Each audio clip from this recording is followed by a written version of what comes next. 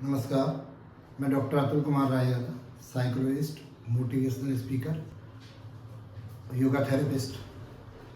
पहले मैं ग्वालियर में ही रहा करता था, अब आजकल भोपाल में भी निवास हो गया है और मैं यहाँ पर power house temple of knowledge में इस समय खड़ा हुआ हूँ।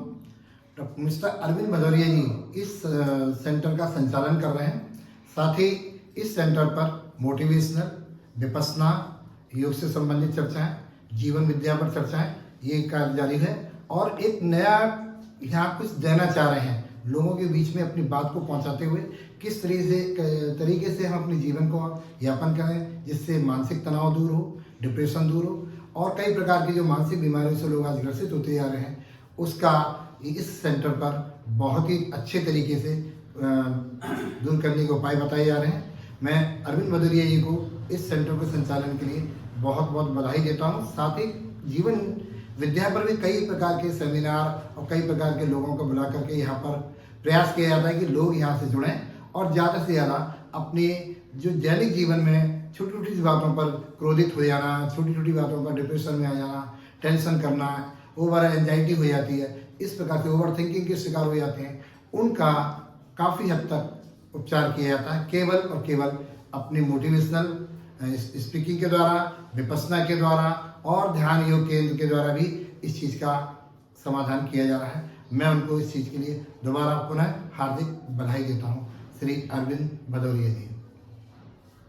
नमस्ते, मैं अरविंद सिंह, आनंदक मध्य प्रदेश आध्यात्मिक विभाग। मेरा स्वयं का मानना है और मैं लोगों के लिए मानते चल रहा हूं कि हम सबको खुशी की आवश्यकता है।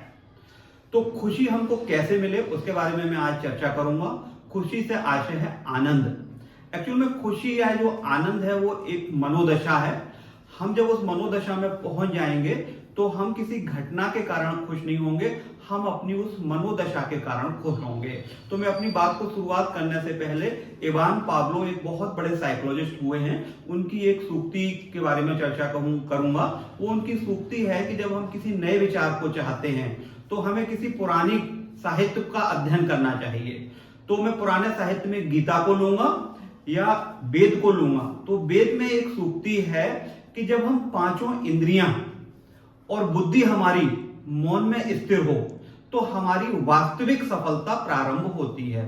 तो यदि हम वास्तविक रूप से सफल होना चाहते हैं तो हमें करना क्या है कि सबसे पहले जो अपनी इंद्रियां हैं उन इंद्रियों को नियंत्रण में करना है। जब हम उन इंद्रियों को नियंत्रण में करेंगे तो जो चीज जैसी है वैसी हमें दिखाई देने लगेगी।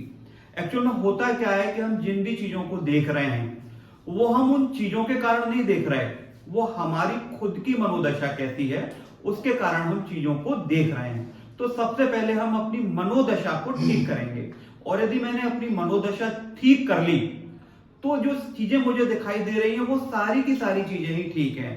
कुदरत में यदि एक कण भी है तो उसका एक प्रयोजन है।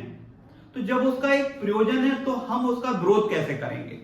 जब हम उसका विरोध करेंगे ही नहीं तो हमें तनाव होगा ही नहीं और हमारी जो खुद की स्वचालित प्रक्रिया है वो क्या है? खुशी है, आनंद है।